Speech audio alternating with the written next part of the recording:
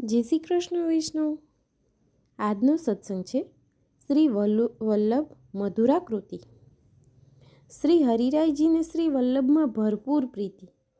જેનામાં પ્રીતિ હોય એનામાં મતિ રહે, ચિત્ત વારંવાર ત્યાં ગતિ કરે।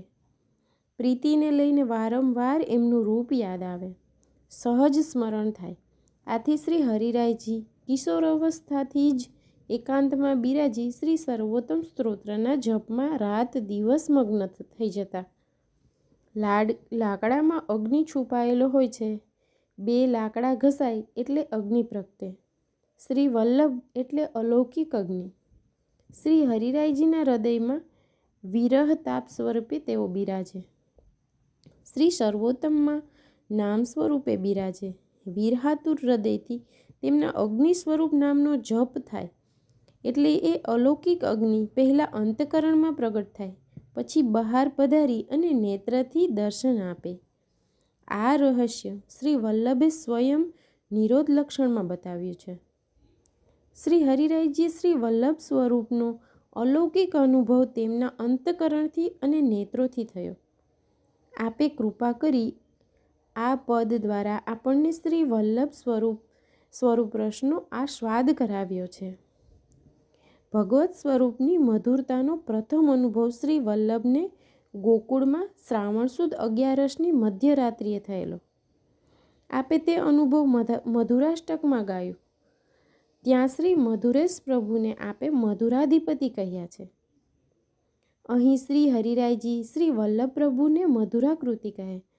મધુરાષ્ટકની ટીકામાં શ્રી ગુસાઈજીએ સમજાવ્યું છે કે જ્યારે રૂપ, ગુણ અને લીલા એમ ત્રણ સુંદર અને આનંદમય હોય ત્યારે તે મધુર કહેવાય। શ્રી સ્વામિનીજી આવા મધુરા છે, તેમના અધિપતિ પણ એવા જ મધુર હોય। આથી શ્રી ઠાકોરજીને મધુરાપતિ કહ્યા છે। જેમના મીઠાશ હોય તે મધુર કહેવાય। મીઠાશ બે પ્રકારની હોય, એક છે જીભની અને બીજી છે હૃદયની। કેરીનો રસ, મધ, સાકર આદિની મીઠાશ જીભની છે, તેનો આનંદ તે ખવાય ત્યાં સુધીનો। સ્નેહ એ હૃદયની મીઠાશ છે, એનો અનુભવ સતત થયા કરે। લૌકિક સ્નેહ જો આટલો મીઠો મધુર હોય તો દિવ્ય સ્નેહ પ્રેમ તો કેટલો મધુર હોય। એ મધુરતાનું વર્ણન શબ્દોમાં ખાસ ન કરી શકાય। વેદ જેવા વેદે પણ શ્રી પ્રભુની મધુરતા માટે એટલું જ કહ્યું, રસોવેશ તે પ્રભુ રસરૂપ છે। રસ કેવો? એના જવાબમાં કહ્યું કે આનંદ કર પાદુ મુખોદર આદિ। એમના હસ્ત, ચરણ, મુખ, ઉદર વગેરે બધા અંગો આનંદ સ્વરૂપ છે। એમાં આનંદ રસનું પ્રમાણ કેટલું? જવાબ મળ્યો પૂર્ણ। પ્રભુ પૂરેપૂરા આનંદરૂપ છે। આપણને કોઈ સુંદર કહે ત્યારે આપણી સુંદરતાને માણવા આપણે અરીસા સામે ઊભા રહી જઈએ છીએ। પ્રભુએ પોતાના આનંદ સ્વરૂપની મધુરતા માણવા પોતાના જ સ્વરૂપમાંથી પોતાનું બીજું સ્ત્રીરૂપ પ્રગટ કર્યું, તે શ્રી રાધિકાજી, શ્રી સ્વામિનીજી। શ્રી પ્રભુ આનંદ સ્વરૂપ તો શ્રી સ્વામિનીજી પરમ આનંદ સ્વરૂપ છે। આનંદ રસ શૃંગારના બે દળ સંયોગ અને વિપ્રયોગ।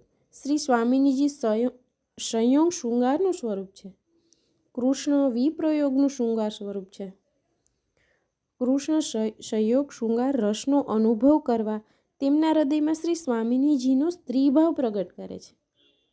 શ્રી સ્વામિનીજી વિપ્રયોગ શૃંગાર રસનો અનુભવ કરવા તેમના હૃદયમાં કૃષ્ણનો પુંભાવ પ્રગટ કરે છે। ઉભયના હૃદયના રસાત્મક સ્ત્રી પુભાવો એક થતાં જે ભાવાત્મક સ્વરૂપ પ્રગટ થાય છે તે છે શ્રી વલ્લભ। શ્રી ગુસાઈજી આ રહસ્ય સૌંદર્ય પદ્મમાં સમજાવ્યું છે। આમ શ્રી વલ્લભનું સ્વરૂપ શ્રી પ્રભુ અને શ્રી સ્વામિનીજીના ભાવોનું ભાવાત્મક રસાત્મક સ્વરૂપ છે। તેમાં સંયોગ અને વિપ્રયોગના બે રસ છે, એક છે સ્ત્રીભાવ અને બીજો છે ભૂભાવ।